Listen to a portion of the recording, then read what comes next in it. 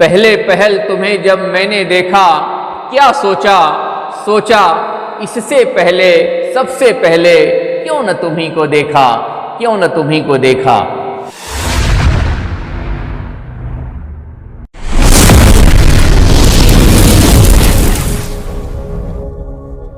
साथियों नमस्कार, आदाब।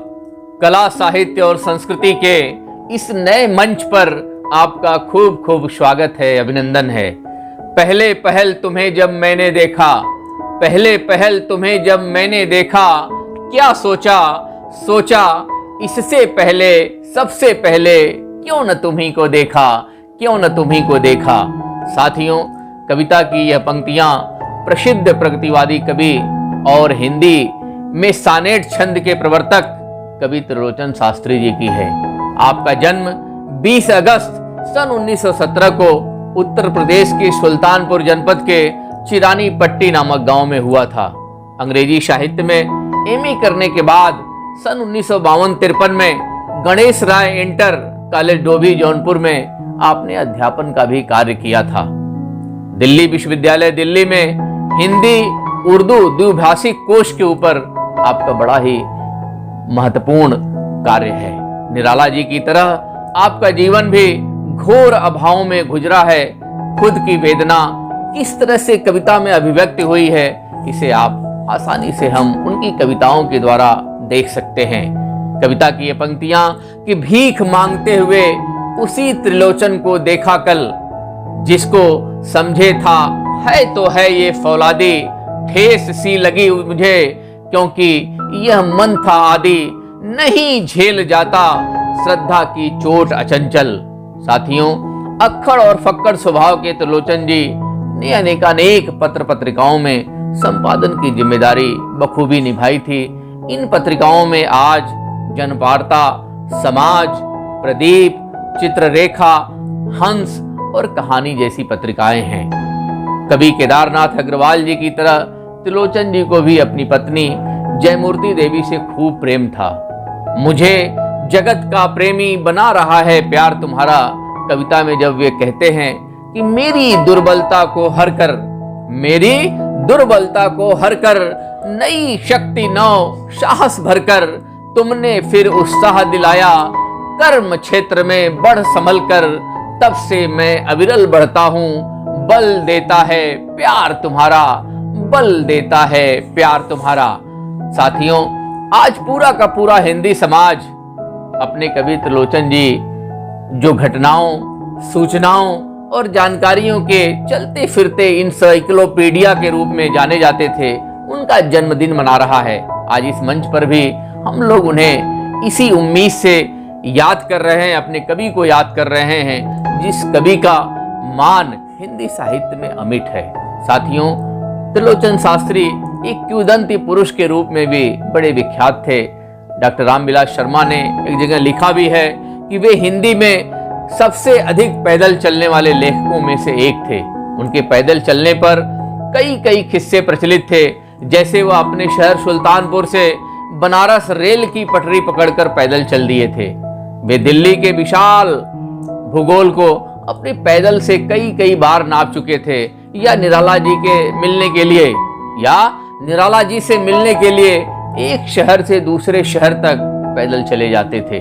साथियों, आपकी अत्यंत महत्वपूर्ण रचनाओं में धरती, जो सन 1945 में प्रकाशित हुई थी, उसके बाद की तमाम रचनाओं में गुलाब और बुलबुल, दिगंत, शब्द, ताप के ताए हुए दिन, उस जनपद का कवि हूं, अर्धान तुम्हें सौंपता हूं। इसके अतिरिक्त ताप के ताए हुए दिन पर कवि त्रिलोचन शास्त्री जी को साहित्य अकादमी पुरस्कार प्राप्त हुआ था। आगे की महत्वपूर्ण कविताओं में फूल नाम एक है, अनकही भी कुछ कहनी है, सबका अपना आकाश, चैती और अमोला अत्यंत महत्वपूर्ण है। आपको साहित्य अकादमी के अतिरिक्त आपको मैथिली शरण गुप्त पुरस्कार, शलाका सम्मान, भवानी प्रसाद मिश्र राष्ट्रीय पुरस्कार, सुलभ साहित्य अकादमी पुरस्कार के अलावा भारतीय भाषा परिषद कलकत्ता से भी पुरस्कार प्राप्त हुआ था। आपकी महत्वपूर्ण कविताओं में चंपा काले काले अक्षर नहीं चिंती अत्यंत प्रसिद्ध कविता है, जिसमें कवि ने चंपा नाम की एक ग्रामीण, अनपढ़, भोली किंतु चंचल लड़की को कविता का अधूरी मानकर बड़ी ही बेहतरीन कविता की रचना की है। कविता की ये पंक्तियां, चंपा काले काले अक्षर नहीं चिन्हती, मैं जब पढ़ने लग जाता हूँ आ जाती है, खड़ी खड़ी चुपचाप सुना करती है, उसे बड़ा अचरज होता है, इन काले चिन्हों से कैसे ये सब स्वर निकला करते हैं, कैसे ये सब स्वर निकला करते हैं।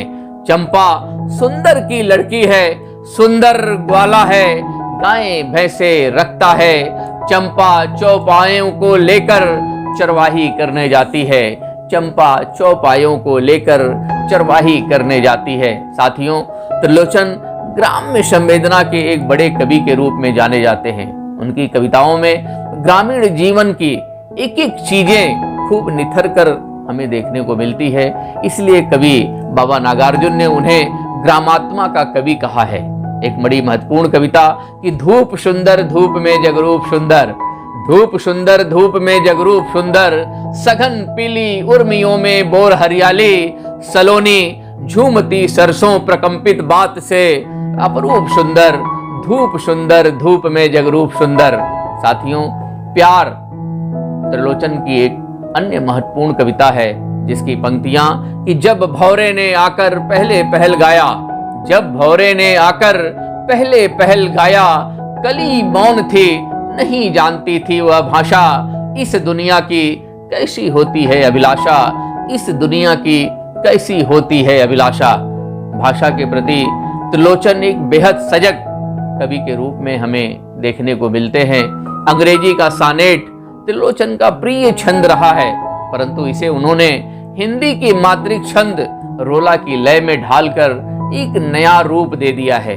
इसलिए उन्हें हिंदी का एजरा पाउंड भी कहा जाता है, इसलिए उन्हें हिंदी का एजरा पाउंड भी कहा जाता है।